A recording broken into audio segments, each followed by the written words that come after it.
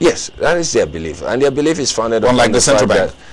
Yeah, unlike the central bank, with all the necessary restrictions in that qualification. I believe the question is it's not melodramatic.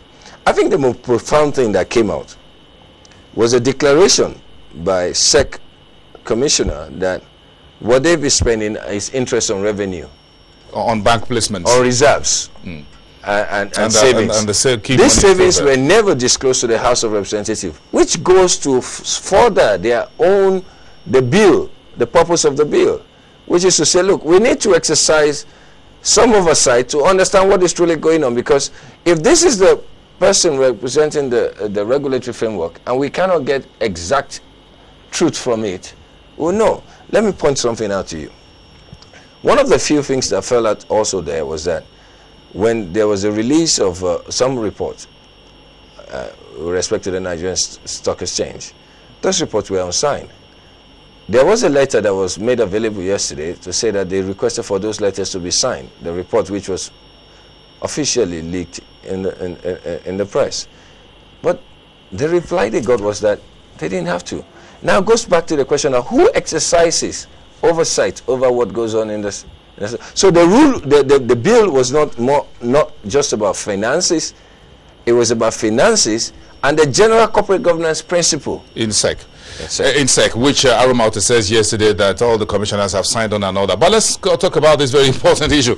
A member of the House of Representatives yesterday, who was a member of the committee, says he has never seen a single public account of the SEC as required by law. That's quite revealing, isn't it? I believe the last time the Securities and Exchange Commission's financials were published was 1991-92.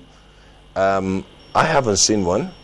And I believe they have been preparing those accounts. They've been audited.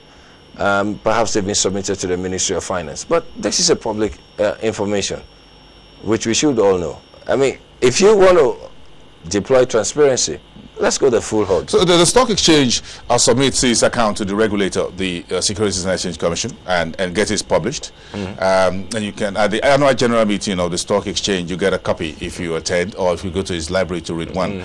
But the SEC itself, financial statement, the National Assembly says we don't have copies. In fact, the member says if you have copies here in arrears, I would like to receive them. It doesn't hold an AGM. Securities and Exchange Commission is a public agency. It doesn't hold an AGM. Its responsibility, however, therefore, is directly to the House of Assembly, for which it should make that information public.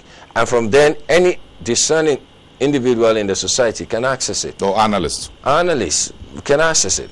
And if the House of Assembly says it does not have it, it is not available on its website, it is not available in any other public fora, why is that so? Perhaps it's the SEC's library.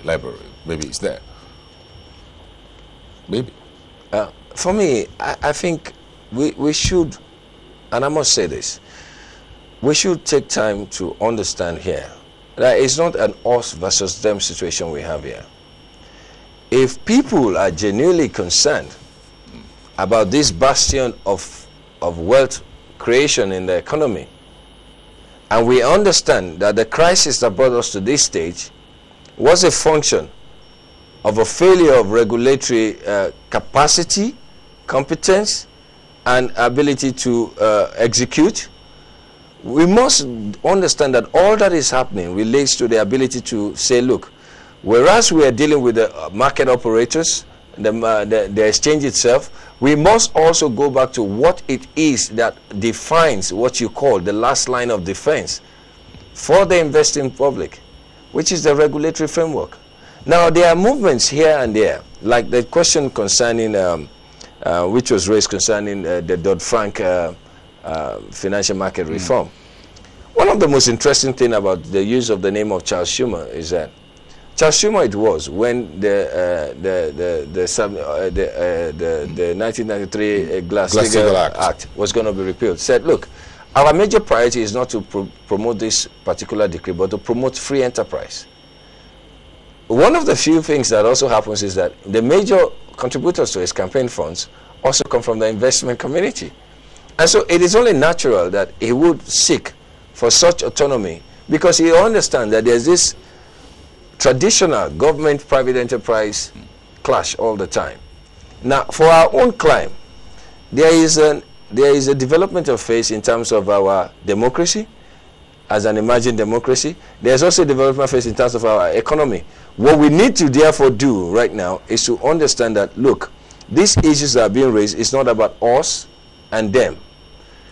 We cannot give full autonomy to the Security and Exchange Commission as is configured without resolving all those other issues I spoke about, the regulatory framework decision and then the custodian-custodial principle.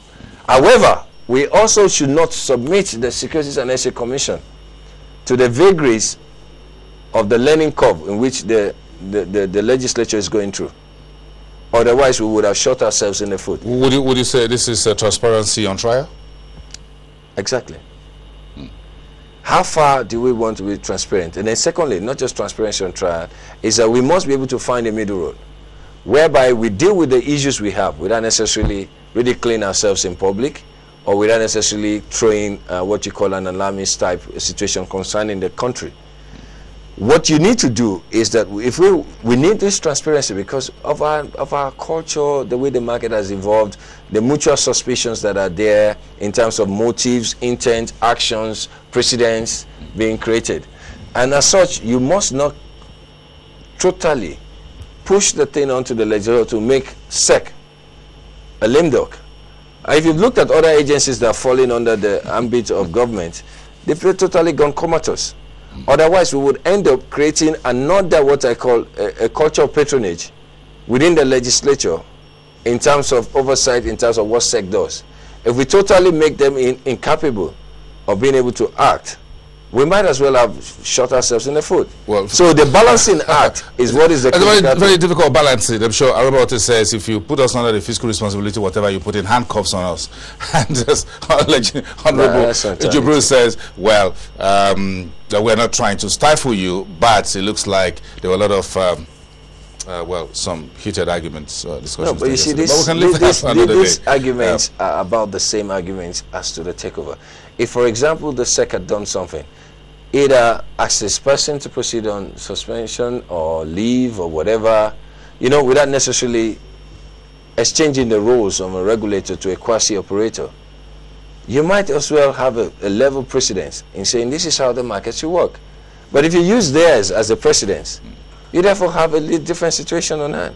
A very different situations. We'll still spend days and weeks and perhaps months ahead to talk about. Femi Awoyemi, thank you very much for coming through this morning. We do appreciate your time here. Today is a very second day, and this is going to be heated as well. Yesterday was all about the SEC, the stock exchange. The CIA says, look, we don't want this bill. Today is on the unclaimed dividend bill.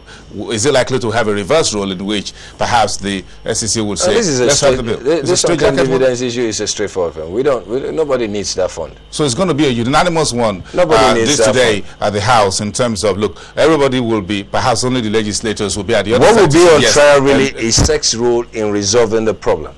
What are the problems it is facing in resolving unclaimed dividends? How does it need help to do so? But to create a fund is an aberration. All right. We'll be there in a couple of minutes. Femi Awoyemi, the head of research and chief executive officer of ProShare Nigeria. And that's about all for today's edition of the program. Tomorrow, we'll focus on the unclaimed dividends bill that is starting right now at the House of Representatives. The House Committee on Capital Markets begins sitting right now in the country's political capital, Abuja. Thank you for watching. I am Bosin Mafaye. We'll see you tomorrow at the same time, 10 o'clock, here on Channels Television. Have a great day.